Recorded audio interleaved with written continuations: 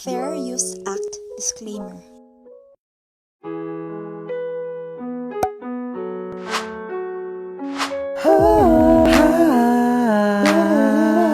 Yeah, it's Moana, baby. Hey there, my fellow kaPTids! This is Eunice and Nicole, and we are back to learn Moana with you today. We will be your guides for today's Moana series, Episode 8, Part 2. If you are ready to learn and explore the wonders of Moana, then what are you waiting for? Let's start! In today's episode, we are going to talk about the neck. The references that we use are Snell, Tortora, and Kenhub. Before talking about the muscles, let us first discuss the bones that we will encounter in this episode. First is the cervical spine and its transverse processes, as well as the manubrium. Now, the movements in the neck include flexion, extension, and rotation. Now, let us discuss the anterior muscles of the neck. We have the rectus capitis anterior, which originates from the C1 or atlas transverse process and inserts to the occiput. Next, we have the rectus capitis lateralis, which also originates from the C1 or the atlas transverse process and inserts to the occiput.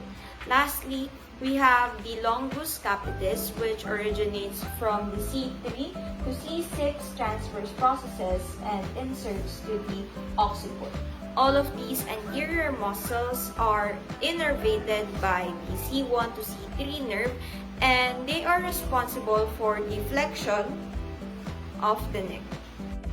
Moving forward, let us discuss about the muscles that are responsible for the following actions: lateral flexion of the neck and rotation of the neck.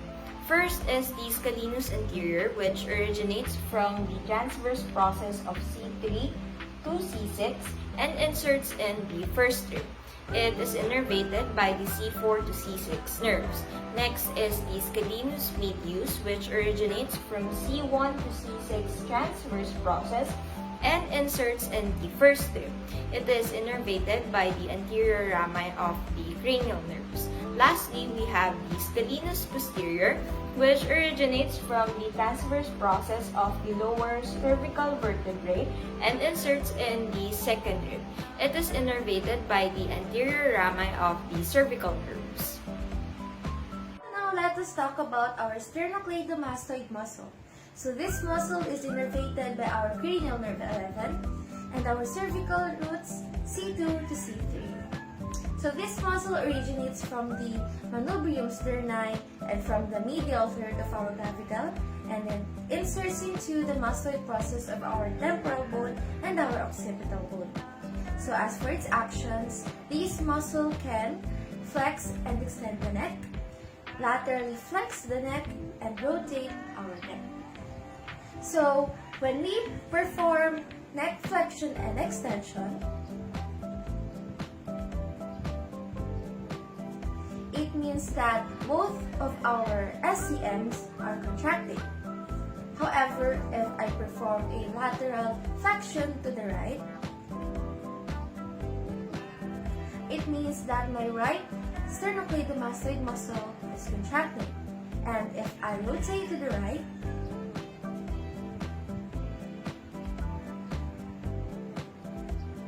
it means that my left sternocleidomastoid muscle is working. So in summary, our SCM can bilaterally flex, ipsilaterally lateral flex, and contralaterally rotate our neck.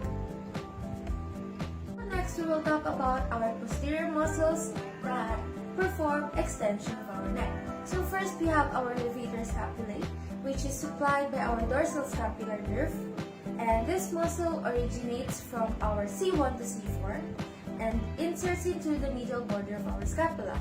Next we have is the rectus spinae, which is considered as our main extensor. So this muscle is a large musculotendinous mass that extends from our occiput to our vertebral column, our ribs, and down to our sacrum. So this muscle is divided into 3 groups, so we can easily remember them by thinking of this sentence, I like standing. So I represents iliocostalis, L represents longissimus, while S represents spinalis. We're done discussing about the muscles of our neck. So before anything else, we would like to thank you for listening to us, and we would like to share with you these tips that might be helpful. First, you can create your own mnemonics every time you try or every time you learn your anatomy, your moina. It will help in retaining this information in your mind. So next, you can also review your pictures or your flashcards so that you can visually remember the arrangement of the muscles, the position, and other stuff. And lastly, never stop reviewing and learning your moina, because as physical therapists, we will always need it. So that's all. Thank you for listening, and we hope you learned many things today. See you again. Bye!